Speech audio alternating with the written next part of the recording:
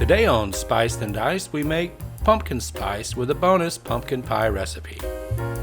Here's what you need. You need 9 parts cinnamon to 2 parts nutmeg, 1 part allspice to 1 part cloves to 2 parts ginger. Now you can use teaspoons, grams, tablespoons, whatever measurement you want. And you can use a combination of whole spices and powdered spices. But the first step, if you're using any whole spices, is to place them into a non-stick dry pan and heat over a medium-low heat until it's aromatic and toasty. Then you place the cooled, toasted whole spices into a spice or coffee grinder and grind them until they're smooth.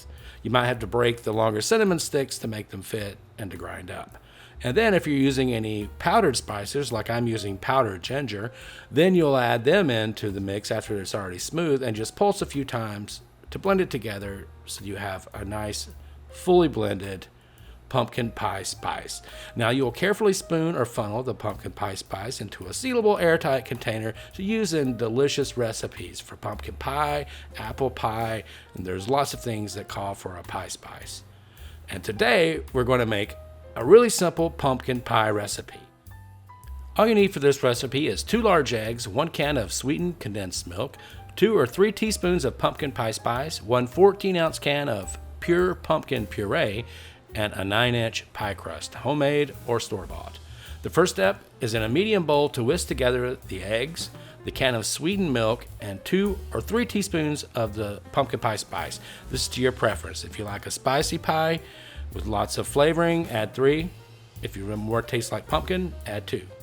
The second step is, once you've got the other mixture blended together, add in the can of pumpkin puree, and then continue whisking until you have a nice, smooth, blended mixture. Third step is to pour that mixture into the prepared pie crust. You can use homemade or store-bought, no judgment.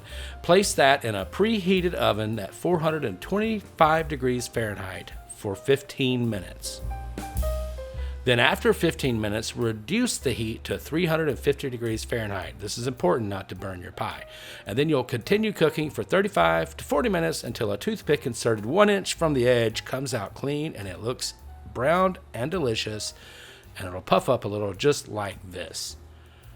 You'll want to let it completely cool before slicing it and serving it with some whipped cream topping.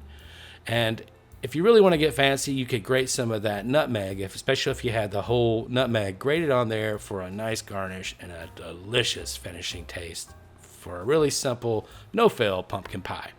Hope you enjoyed this recipe. Please visit @SpicedDiced on YouTube for more. Thanks for watching.